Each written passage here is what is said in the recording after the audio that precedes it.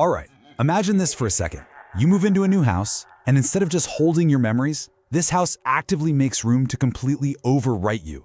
We're talking about a living space that literally learns your voice, maps your daily movements, and systematically calculates exactly what it's going to take to evict your very existence. Welcome to today's Explainer. We're diving into something I found just absolutely terrifying. It's a documented anomaly known as the replacement system. And the crazy thing is, this isn't just some random ghost story. As you'll see, it's a highly structured, almost clinical procedure of total psychological and physical displacement. So let's look at the initial setup here. Our narrator moves into this house primarily because, well, it's cheap. Now, rent being suspiciously below market value is always a massive red flag, right?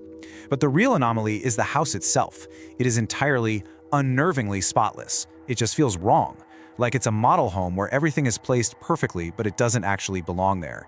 There are zero signs that another human being ever lived in this space. And then there's the landlord.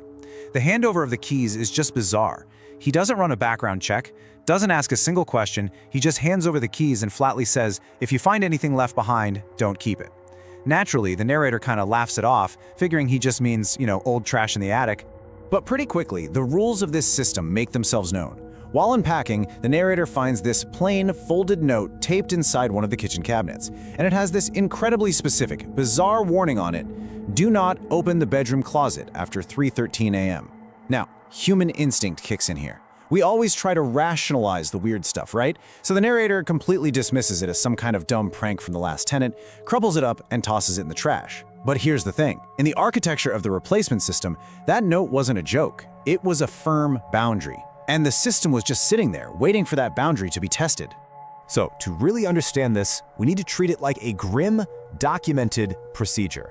We're going to track this descent through 6 very distinct stages: the landlord's warning, the 3:13 a.m. closet, learning the voice, the structure view, psychological displacement, and ultimately, the final transfer. Let's get right into it.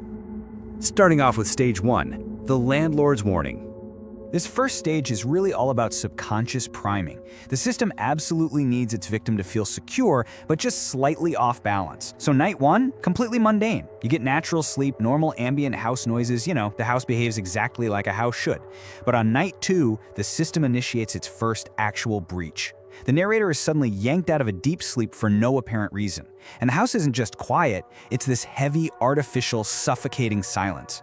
Biologically, humans are actually hardwired to wake up when ambient noise suddenly stops.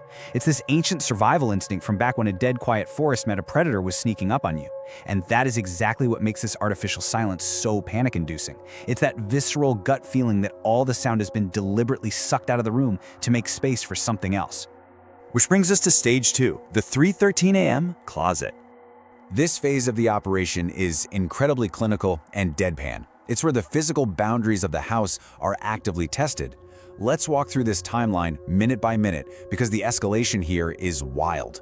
At 3:12 a.m., bam, that artificial silence hits. Then, the narrator hears a soft click from the hallway. Their bedroom door, which was wide open when they went to sleep, has inexplicably shut itself. They walk over, grab the handle, and just freeze, because the clock on the nightstand flips to 3:13 a.m.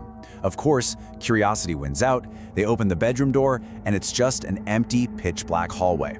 But the second they turn around to go back to bed, another click.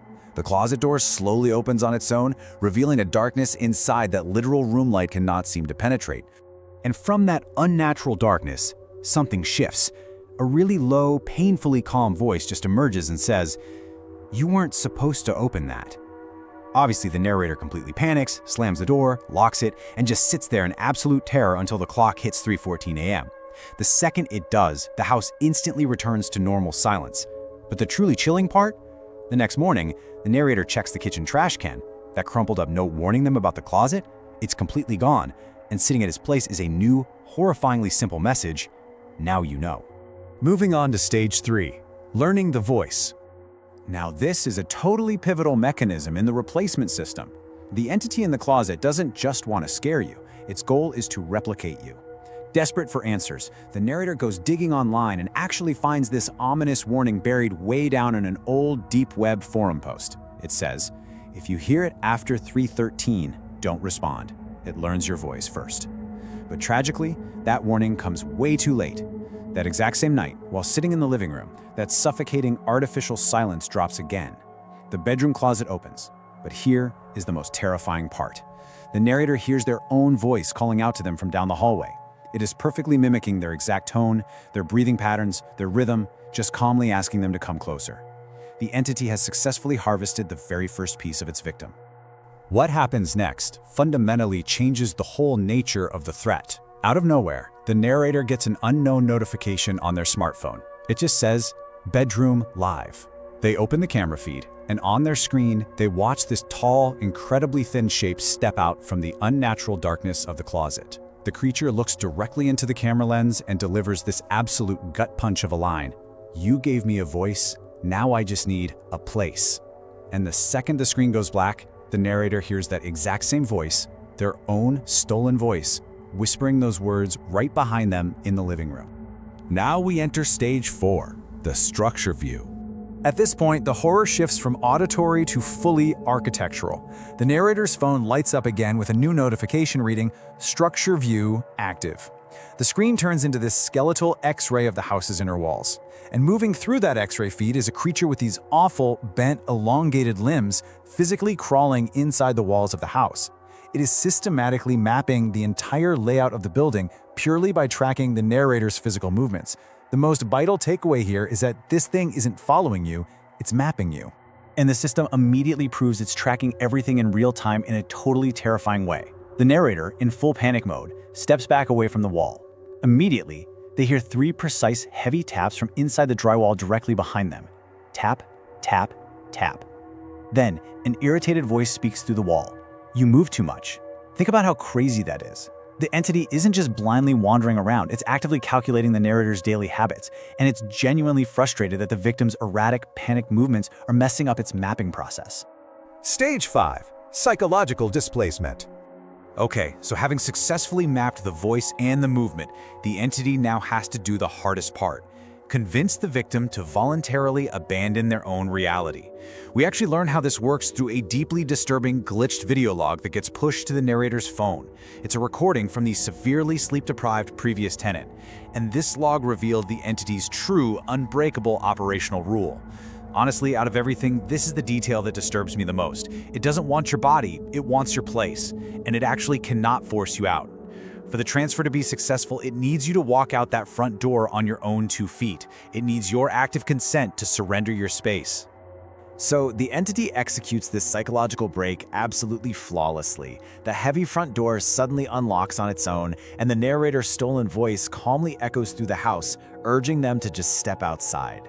As the narrator slowly walks toward the door, their phone buzzes with a status, final check video. They look at the feed, and it shows a forced perspective. The narrator is standing entirely outside the front door, looking in. But the horrifying reality? They haven't moved. They are physically still paralyzed, standing right there in the living room. Just ask yourself, what kind of psychological break is required to process something like that? Imagine staring at a screen, watching yourself standing outside your own home in the cold, and then hearing your own voice ask from the phone speaker, "Why are you still in there?" The entity isn't even just tricking the narrator at this point. It genuinely sounds confused, like the narrator is the one who is out of place. It's an absolute total shattering of the victim's reality. And finally, stage 6, the final transfer. This is the inescapable conclusion of the replacement system. It is the perfect systemic eviction. Let's recap the formula.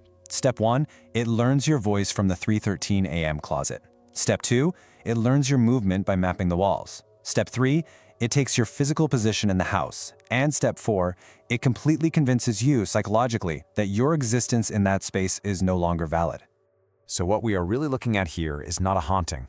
It is a forced systemic eviction. The climax happens when the narrator finally pulls open the front door, and standing right there on the porch is their own perfect copy, waiting outside in the cold. Instinctively, completely unable to speak because their voice has already been taken, the narrator steps backward into the house. And the copy outside doesn't attack. It simply watches as the front door clicks locked between them. It's just a devastating, quiet tragedy. Suddenly, the house feels completely normal again. The artificial silence is gone. But then, the final twist drops. The narrator's phone buzzes one last time. New tenant active. The camera feed opens, showing the exact same house, but with different furniture and a completely confused new person standing inside the living room. And the replaced narrator hears themselves repeating the exact same warning the original landlord gave them. If you find anything left behind, don't keep it. They aren't just remembering the phrase, they are physically saying it to the new tenant. Because they have now been fully overwritten. They are officially part of the replacement system. This entire system relies on human curiosity, right? Our need to understand the unseen anomalies happening right inside our own homes. So the next time you hear the floorboards creaking, or notice the house getting just a little too quiet, or find a door locked that you swear you left open, think about this explainer. If your own voice called out to you from the dark hallway tonight, would you answer?